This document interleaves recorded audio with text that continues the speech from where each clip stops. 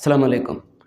سب سے پہلے رسول خدا خاتم الانبیاء حضرت محمد صلی اللہ علیہ وآلہ وسلم کی ولادت پر سعادت کی مناسبت سے آپ احباب اور پوری امت مسلمہ کی خدمت میں ہدیہ تبریک اور مبارک پیش کرتا ہوں۔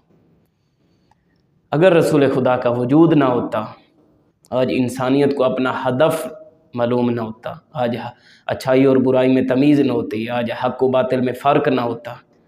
رسول خدا کا وجود پوری انسانیت کے لیے ایک محسن کی حیثیت رکھتا ہے۔ تو ان ایام میں ایک موضوع جو آپ شدت کے ساتھ آپ مختلف سیمینارز میں، مختلف کانفرنسوں میں سنیں گے اور ان میں انشاءاللہ شرکت کریں گے، وہ ہفتہ وحدت ہے۔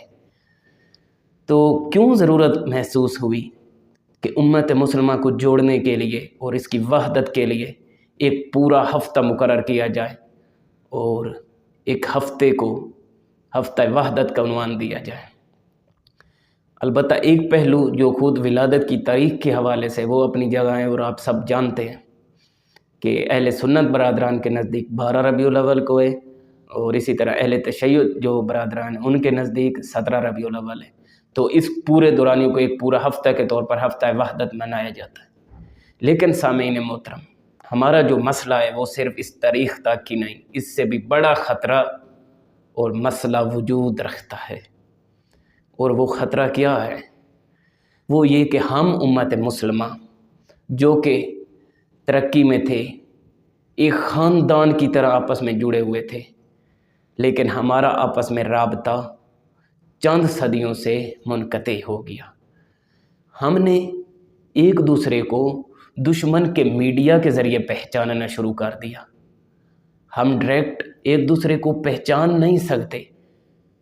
جو مثلا اہل سنت برادران ہیں، ان کو جو اہل تشیع برادران ہیں ان کے بارے میں جو دشمن کے میڈیا نے پروپیگنڈا کیا اور جو چیزیں بنا کر دی انہوں نے ان سے سنی، اور اسی طرح اہل تشیع نے جو اہل سنت کے بارے میں بنا کر دیا گیا اس سے سنے۔ مثلا بعض جو اہل تشیع وہ یہ سمجھنے لگے کہ جتنے بھی اہل سنت ہوتے ہیں خدا نخواستہ وہ کیا ہیں، اہل بیت کے منکر ہیں یا اہل بیت کے دشمن ہیں۔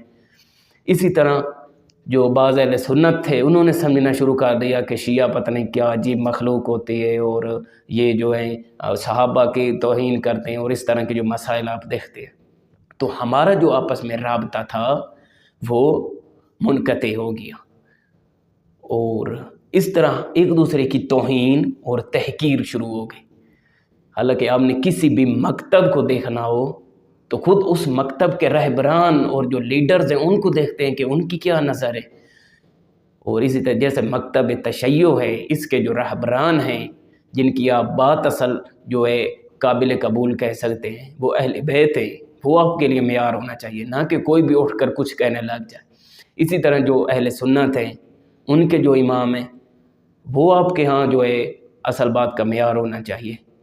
اور اس وقت میں صدر اسلام سے لے کر طول تاریخ میں اختلاف نظر رہا ہے۔ اختلاف کوئی بری چیز نہیں ہے۔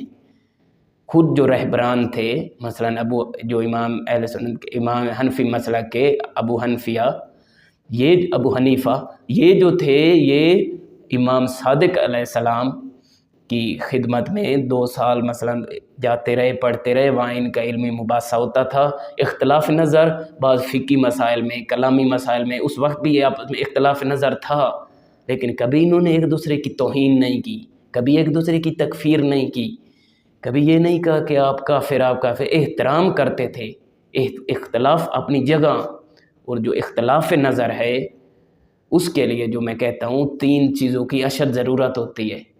پہلی چیز اخلاق، دوسری چیز منطق، تیسرا چیز علم۔ ان تینوں چیزوں کو ساتھ لے کر آپ اختلاف نظر بھی کسی سے کر سکتے ہیں، کسی پر تنقید بھی کر سکتے ہیں۔ اور اگر یہ 3 چیزیں، اگر ان 3 زیور کو کسی بھی انسان سے جدا کر دیا جائے تو اس سے آپ اچھے کی توقع نہیں رکھ سکتے۔ تو اختلاف نظر بری چیز نہیں ہے، لیکن اس کو اخلاق کے دائرے میں ہونا چاہیے۔ دوسرا جو خطرہ وجود رکھتا تھا وہ یہ کہ مسلمان علمی حوالے سے پسماندگی کا شکار ہو گئے۔ جو ہے مغرب کے دار پہ چلے گئے. آج سے 2-3 صدیاں پہلے امت مسلمہ کا آپ عروج دیکھیں، سب سبجیکٹس میں امت مسلمہ عروج پر تھی. جو ہے مغرب سے لوگ آتے تھے، یہاں سے سیکھ کر جاتے تھے، بے اصطلاح اسلامی یونیورسٹی سے علم حاصل کر کے جاتے تھے. لیکن اب آہستہ آہستہ ہم مغرب کے غلام ہو گئے، علمی حوالے سے پسماندگی کا شکار ہو گئے. اور آج کی جو صورتحال ہے آپ دیکھتے ہیں، علم اور ٹیکنالوجی اس میں حتماً آگے جائے امت مسلمہ. وحدت کے لیے یہ ضروری ہے. جب آپ وحدت قائم کرتے ہیں، اختلاف نظر کو، جو اپنے 90% جو آپ کے اشتراکات ہیں ان کو مد نظر رکھ کر بات کریں، نہ یہ کہ 10% اختلافات کو ہوا دے کر آپس میں اختلاف کو ابھارا جائے، امت مسلمہ ایک دوسرے کے دست گریبان ہو جائے، اختلاف وجود میں آ جائے، ایک دوسرے کی تکفیر کرنے لگے، امت مسلمہ پوری کمزور ہو جائے، علمی میدانوں میں بھی کمزور، ٹیکنالوجی میں بھی کمزور، اور اس کا جو بھرم اور ساخ ہے وہ ٹوٹ جائے، اور مغرب اور جو کفار ہے وہ حاکم ہو جائے. تو ہم نے دوسرا نقطہ یہ کہ ہم نے علم، ہم نے ٹیکنالوجی میں آگے جانا ہے. کس کے ذریعے؟ اتحاد کے ذریعے. علمی میدان میں اختلاف نظر اپنی جگہ پر، لیکن اس کے باوجود جو 90% تقریباً ہمارے کلی مسائل میں اشتراک ہیں، ہم مشترکات پر اکٹھے ہوں، ساتھ بڑھیں.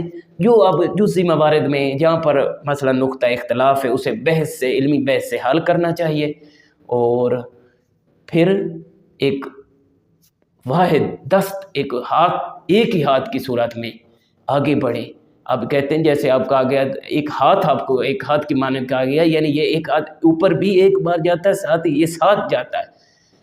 تو انشاءاللہ اگر اس طرح ہم ترقی کریں گے تو کامیابی امت مسلمہ کا مقدر بنے گی، اور انشاءاللہ کامیاب و کامران رہیں. السلام.